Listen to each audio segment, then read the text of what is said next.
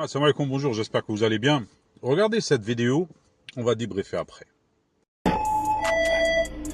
Alors le boulanger, c'est où le boulanger? On vient là, viens. Ouais. C'est où le quoi? Qu'est-ce qu'il y a? On va pas. Qu'est-ce que ça? Vous avez remarqué qu'il y avait un agresseur, un agressé, une attaque physique. Bien sûr, dans ce cas, ce boulanger il est protégé par l'article 122-5 du Code pénal qui nous dit qu'il n'est pas pénalement responsable la personne qui est devant une atteinte injustifiée envers elle-même ou autrui, accomplit dans le même temps un acte commandé par la nécessité de la légitime défense. Ok? L'agression physique, elle est là, la menace, elle est là, le boulanger l'a riposté. Bien sûr qu'il faut que ça soit proportionnel à l'agression, mais là, je trouve que le boulanger, il s'est mis en danger. Et il fallait au moins qu'il jette un objet, le déstabiliser, puis il se jette sur lui. Mais bravo à lui. Qu'il y a des éléments pour constituer une légitime défense. Il faut qu'il y ait une attaque et une défense.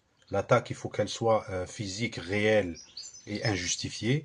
Et la défense, il faut que ça soit proportionnel, instantané, immédiate et nécessaire, surtout. Bien sûr, pour se défendre et défendre une personne vulnérable.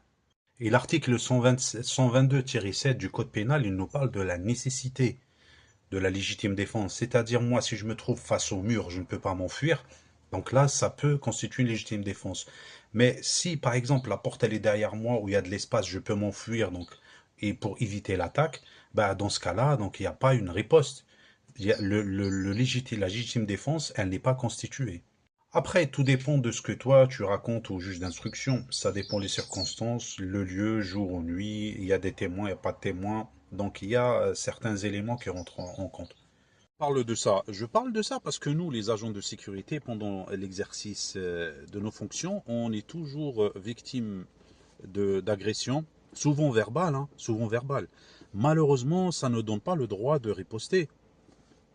C'est pas de la légitime défense. Des fois, un agent de sécu s'énerve, il perd ses moyens, il va taper la personne. Pénalement, tu es responsable.